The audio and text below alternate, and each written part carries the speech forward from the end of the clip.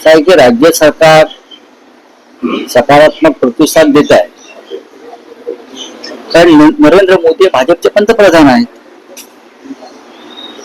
खरं म्हणजे त्यांनी ही सुरुवात स्वतःपासून करायला पाहिजे. काल मुख्यमंत्री पुण्यात होते, काल किंवा परवा, आणि पुण्यातले एक सामाजिक कार्यकर्त्यांनी त्यांच्या गाड्यांचा ताफा किती मोठा आहे याचा व्हिडिओ काल समाज माध्यमांवर टाकला आणि मला आश्चर्य वाटलं.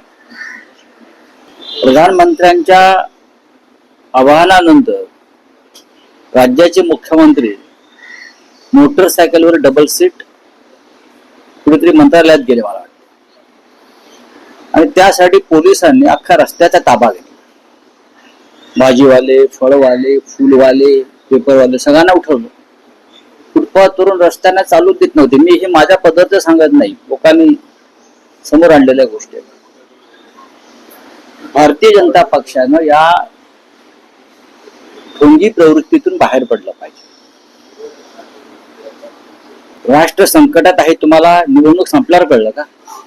पश्चिम बंगालची राष्ट्रावर संकट आहे, महागाई वाढेल, गरिबी वाढेल, हे तुम्हाला निवडणुकांचे निकाल लागल्यावर किंवा निवडणुकांचा प्रचार संपल्यावर समजलं.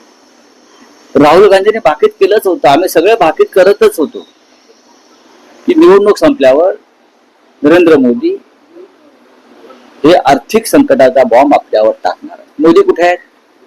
मोदी 7 युरोपियन राष्ट्रांच्या दौऱ्यावर आहेत. आम्हाला म्हणतात परदेशात जाऊ नका, आणि स्वतः ते परदेशात आहेत. त्यांच्या मंत्र्यांचे दौरे सुरूच राहते. मोदी त्या दिवशी काय ते 2 गाड्या घेऊन दिल्लीत फिरत होते. किती दिवस फिरणार 2 गाड्या घेऊन? तुम्ही का पंडित नेहरू आहात का एक गाडी घेऊन फिरायला? किंवा इंदिरा गांधी आहात? तुम्हाला सवय झालेली आहे.